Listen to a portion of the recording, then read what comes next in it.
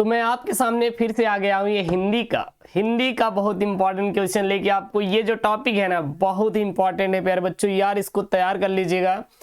इससे बाहर आपका आने वाला भी एक भी क्वेश्चन नहीं है और काफ़ी ये इंपॉर्टेंट टॉपिक होने वाला है। तो प्लीज़ यार वीडियो को लाइक कर दीजिएगा, चैनल को यार सब्सक्राइब कर दीजिएगा अगर अभी तक चैनल को सब्सक्राइब नहीं किया तो, क्योंकि आपके लिए हम ढेर सारे वीडियोस लेके आ रहे हैं, वो भी 16 फरवरी को टारगेट करते हुए। जी हाँ, 16 फरवरी को टारगेट करते हुए यहाँ पे मैं लेके आ रहा हूँ। तो इसलिए वीडियो को यार लाइक कर दीजिएगा और चैनल को यार प्लीज़ सब्सक्राइब कर लीजिए। अभी तक अगर आप चैनल को सब्सक्राइब नहीं किए तो प्लीज़ यार चैनल को सब्सक्राइब कर लीजिए और अपने दोस्तों के साथ वीडियोस को एक बार शेयर कर दीजिएगा, ठीक है ना। एक बार अपने दोस्तों के साथ शेयर कर दीजिए, टेंशन मत लीजिएगा यार।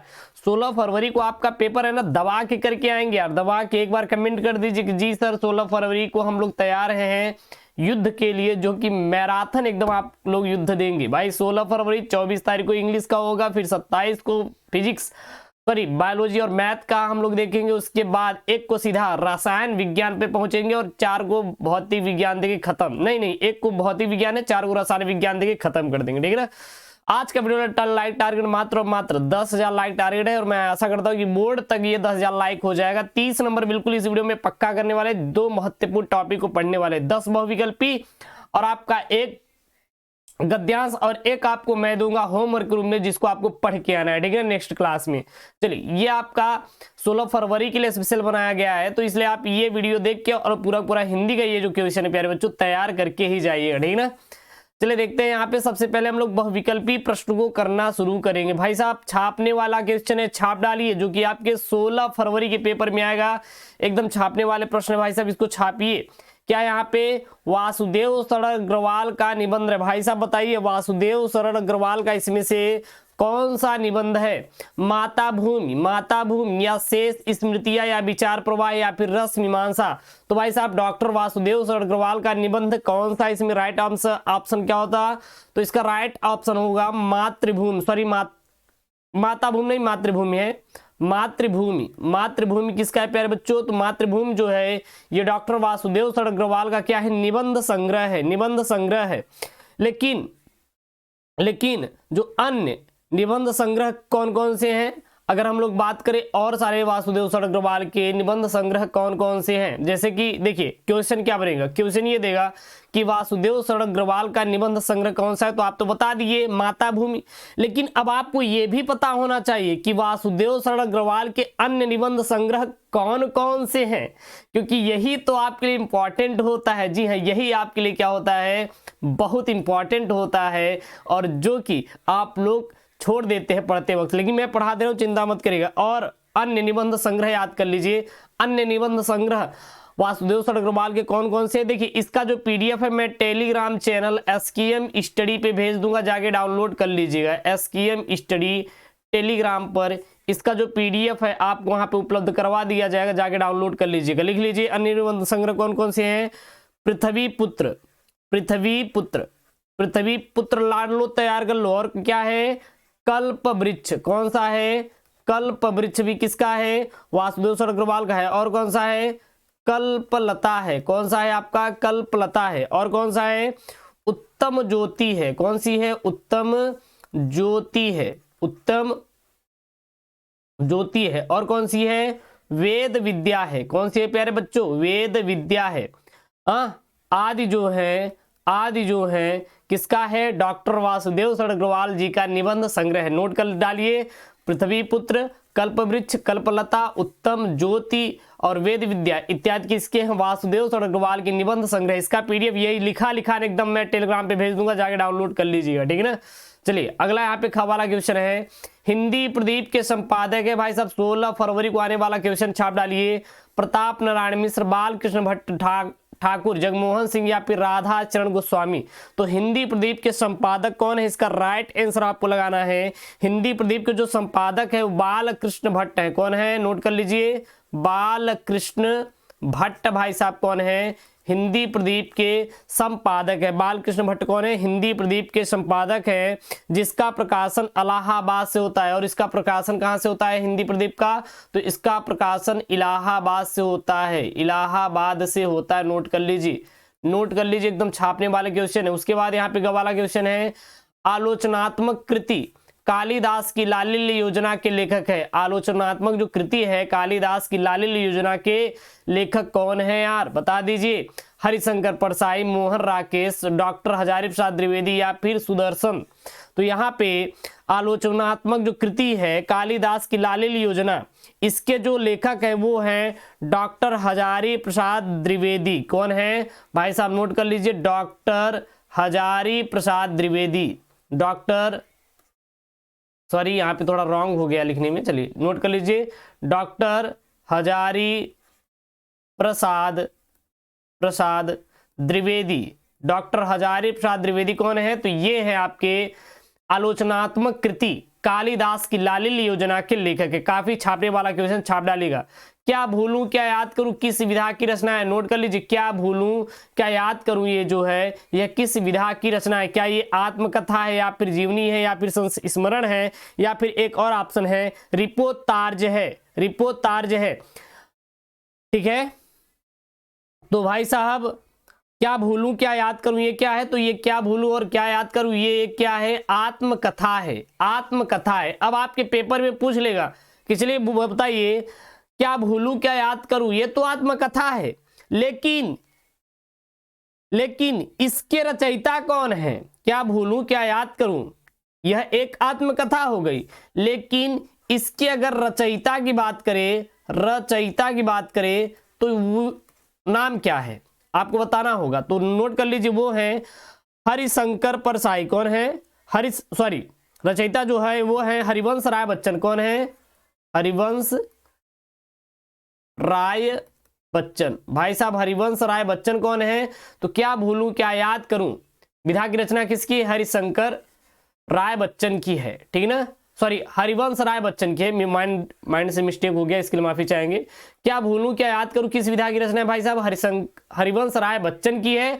और ये जो किस विधा की रचना है, ये एक आत्मकथा है। चलिए नेक्स्ट वाला यहाँ पे क्वेश्चन है, देखिए क्वेश्चन यहाँ पे क्या बोल रहा है, सबसे पहले देख लीजिए, निम्नलिखित में से किस उपन्यास की रचना हरिशंकर परसाई द्वारा की गई। भाई साहब किस उपन्यास की रचना जो है हरिशंकर परसाई के द्वारा की गई है, पुनर्नवा, निर्मला, रानी नागफनी की कहानी या फिर सुखदा। तो यहाँ पे हरिशंकर परसाई द्वारा जो यहाँ पे की गई है वो है रानी नागफनी की कहानी। रानी नागफनी की कहानी नोट कर लीजिए, रानी नागफनी की कहानी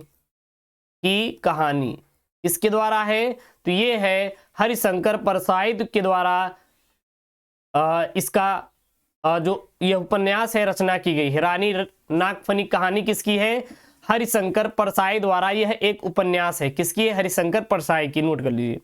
अब यहाँ पे बात करेंगे पुनर्नवा किसकी है। अब ये भी तो उपन्यास है, लेकिन ये किसकी है, नोट कर डालिए, बहुत इंपॉर्टेंट यहाँ पे क्वेश्चन बता रहे हैं, आपको बोर नहीं होना यार, पढ़ना है। जो यहाँ पे बता रहा हूँ बस पढ़ते हुए चले जाना। नोट कर लीजिए कौन सी, हजारी प्रसाद द्विवेदी का उपन्यास है। क्या लिखेंगे, हजारी प्रसाद द्विवेदी।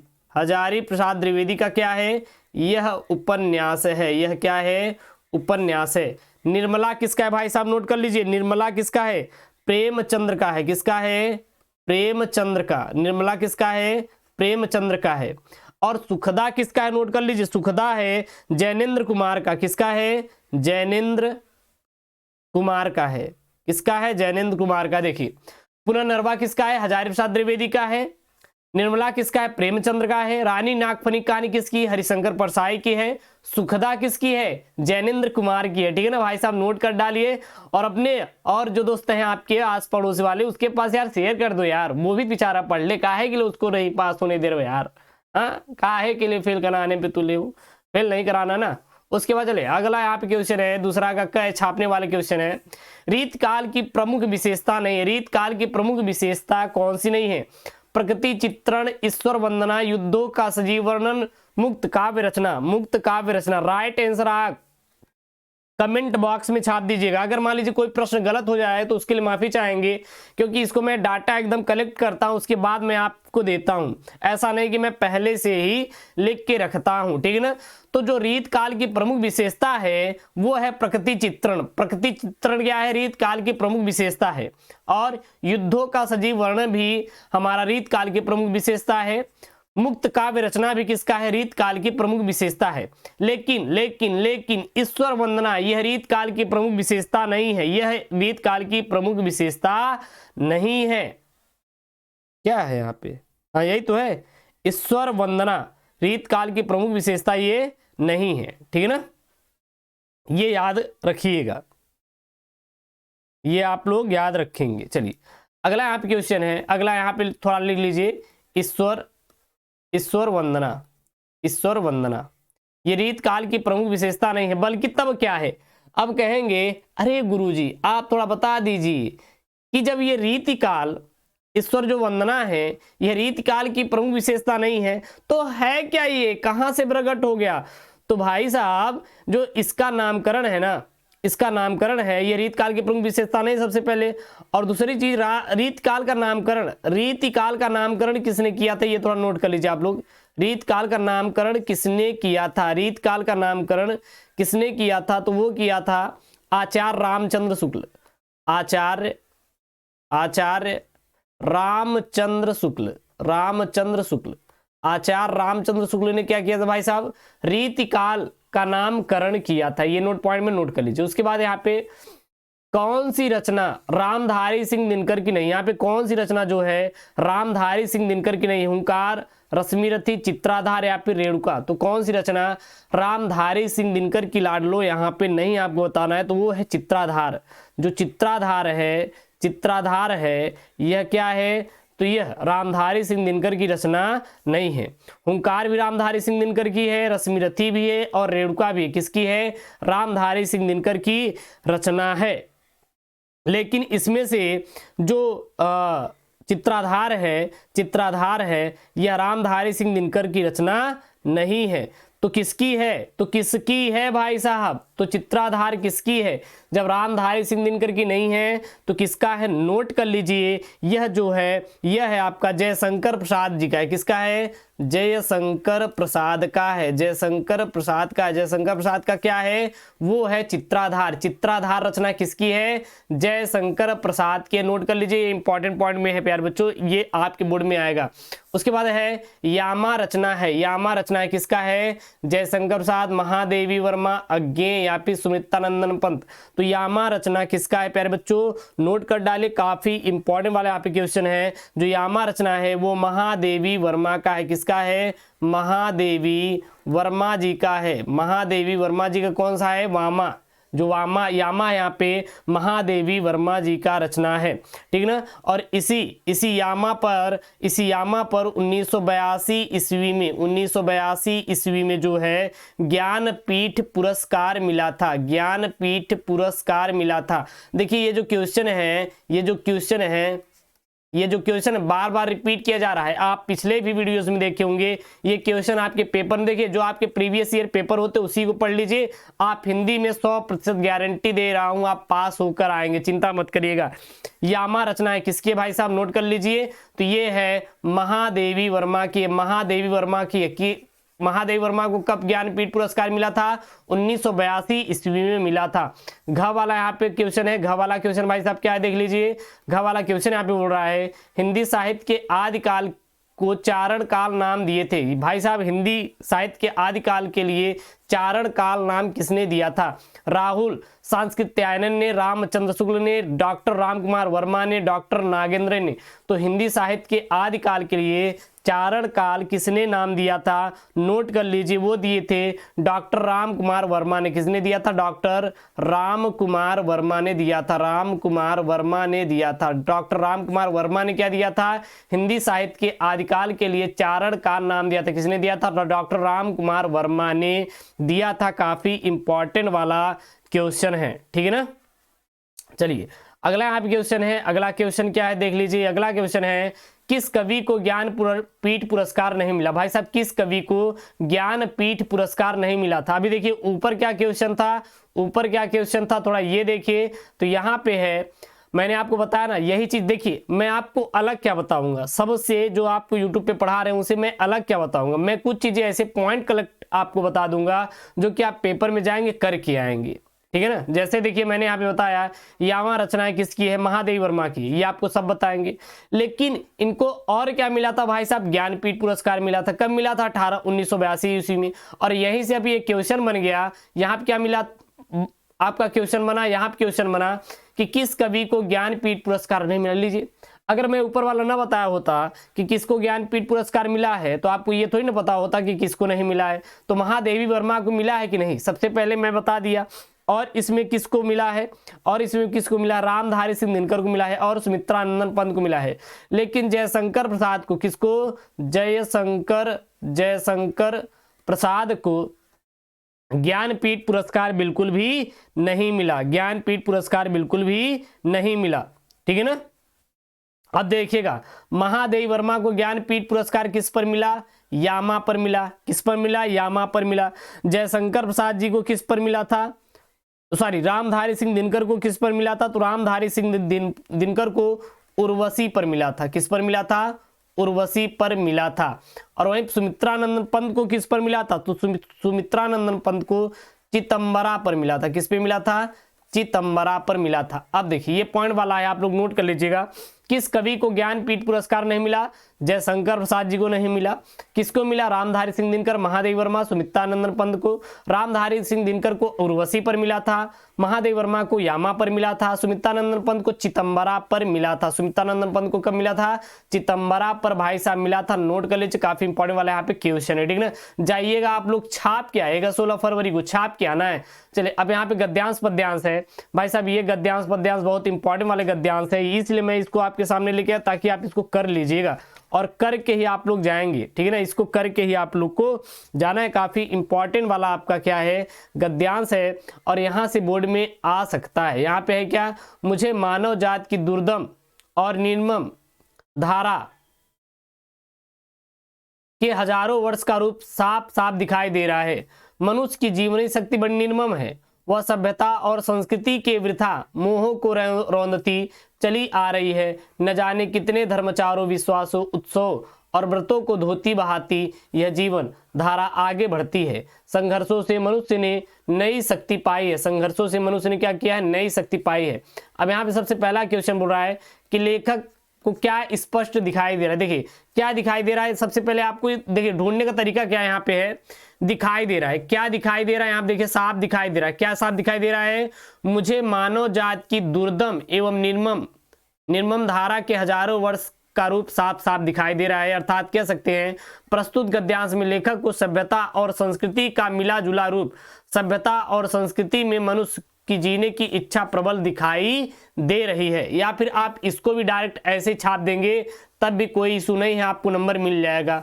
आप चाहे ऐसे छापिएगा चाहे ऐसे छापिएगा, कोई दिक्कत नहीं, आपको नंबर मिल जाएगा। फिर यहाँ पे सेकंड वाला है मनुष्य ने, क्या यहाँ पे मनुष्य ने, क्या यहाँ पे मनुष्य ने नई शक्ति किससे पाई? भाई साहब मनुष्य ने नई शक्ति किससे पाई है? मनुष्य ने संघर्षों से नई शक्ति पाई है। देखिए यहीं पे है ना, तो आप क्या लिखेंगे? मनुष्य ने नई शक्ति अपने दैनिक रूप से किए गए संघर्षों से पाई है। सीधा सा इसका आंसर दे देंगे।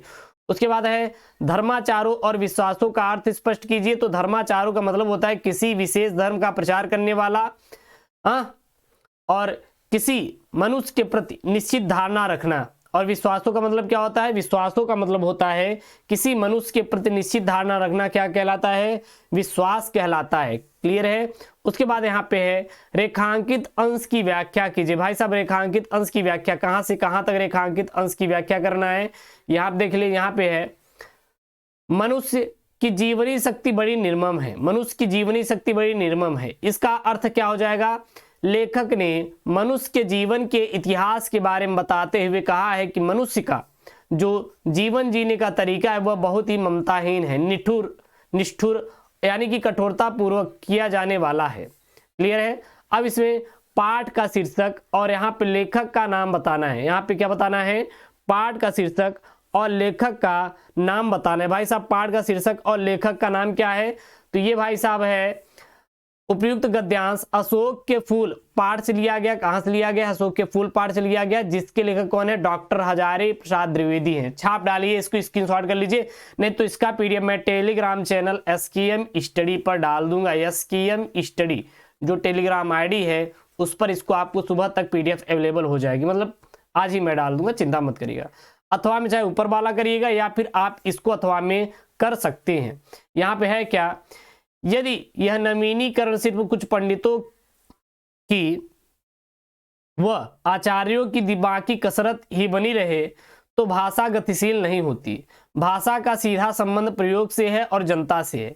यदि नए शब्द अपने उद्गम स्थान पे अड़े रहे और कहीं भी उनका प्रयोग न किया जाए तो उसके पीछे के उद्देश्य पर ही कुठाराघात होगा।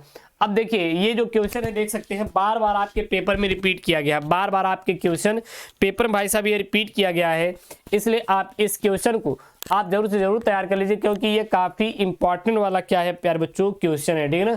तो इस क्वेश्चन को आप लोग तैयार करके ही पेपर देने 16 फरवरी को जाएंगे। इस पेपर क्वेश्चन को तैयार करके 16 फरवरी को आप लोग दिखाई दीजिएगा सेंटर पे। देखिए सबसे पहले आप लोग पहचानेंगे कैसे ये किसकी है, तो ये है भाषा और आधुनिकता। भाषा और आधुनिकता, कैसे भाषा और आधुनिकता की है, हम लोग कैसे पहचान लिए, क्योंकि यहाँ पे भाषा शब्द दिया गया, यहाँ पर भी भाषा है, यहाँ पर भी भाषा है, तो जाहिर सी बात है ये भाषा और आधुनिकता से है। सबसे पहले भाषा का सीधा संबंध किससे है? भाषा का सीधा संबंध किससे है? तो आप देखिए भाषा का सीधा संबंध प्रयोगों से है और जनता से है। तो इसका आंसर क्या लिखेंगे? लेखक के अनुसार भाषा का सीधा संबंध प्रयोग से है और लोगों से भी है, जो नियमित दिनचर्या में भाषा का प्रयोग करते हैं, क्योंकि लोग ही तो होते हैं डेली का डेली भाषा का प्रयोग करते हैं। उसके बाद यहाँ पे सेकंड वाला क्वेश्चन है, नए शब्दों का प्रयोग न किए जाने पर क्या परिणाम होगा? अगर हम लोग नए शब्दों का प्रयोग नहीं करेंगे तो उसका क्या परिणाम होगा? तो यहाँ पे उत्तर लिखेंगे। उत्तर क्या लिखेंगे? नए शब्दों के प्रयोग न किए जाने पर भाषा का सर्वनाश हो जाएगा और नए शब्दों की उत्पत्ति के उद्देश्य में कठिनाई होगी। क्या होगी? कठिनाई होगी, ठीक है ना। ये काफी इंपॉर्टेंट वाला है। अब इसका हम लोग कैसे देखेंगे? देखिए इसका उत्तर अगर आपको ढूंढना होगा तो कैसे वो करेंगे? यहाँ पे देखिए, यहाँ देखिए उनका प्रयोग न किया जाए, किसका प्रयोग नहीं किया जाएगा? भाषा का प्रयोग नहीं किया जाएगा तो वो अपने पीछे के उद्देश्य पर ही कुठाराघात होगा। उसके बाद यहाँ पे कुठाराघात का आशय क्या है? भाई साहब कुठाराघात का मतलब क्या है? तो कुठाराघात का मतलब वो सर्वनाश, यानी पूरा सर्वनाश हो जाए, भाई साहब खत्म हो जाए एकदम। हाँ 33 नंबर पास मार्क का होता है हिंदी में, 100 नंबर का पास हो जाएंगे। अगर आप ये सोच रहे हैं कि अरे गुरुजी इतना पढ़ा दिए पता नहीं पास होंगे कि नहीं, क्योंकि पता है मुझे आप यही सोच रहे होंगे, अरे यार कोई मना किया है क्या, छाप के आइएगा 33 नंबर पास मार्क का पाएंगे, चिंता मत कीजिए। तो हानि और सर्वनाश किसका है? कुठाराघात का है। फिर यहाँ पे रेखांकित अंश की व्याख्या कीजिए। भाई साहब कहाँ से कहाँ तक रेखांकित अंश है? तो आप देख लीजिए ऊपर ऊपर झांकिए, यहाँ पे रेखांकित अंश है। कहाँ पे है? यहाँ पे ये रेखांकित अंश है। कहाँ से कहाँ तक है? भाषा का सीधा संबंध प्रयोग से है और जनता से है। तो इसका मतलब क्या हो जाएगा? लेखक भाषा का संबंध प्रयोग से करते हैं और भाषा का बहुमूल्यता उसके पीछे पर निर्भर करता है। भाषा का प्रयोग शुद्ध और सुव्यवस्थित ढंग से करने वाले लोगों पर निर्भर करता है। क्लियर है? उसके बाद यहाँ पे है पाठ का शीर्षक और लेखक का नाम लिखिए। भाई साहब पाठ का शीर्षक और लेखक का नाम लिखना है तो भाषा और आधुनिकता से लिया गया है, जिसके लेखक कौन है? प्रोफेसर सुंदर जी रेड्डी हैं। जिसके लेखक कौन है भाई साहब? प्रोफेसर सुंदर जी रेड्डी हैं।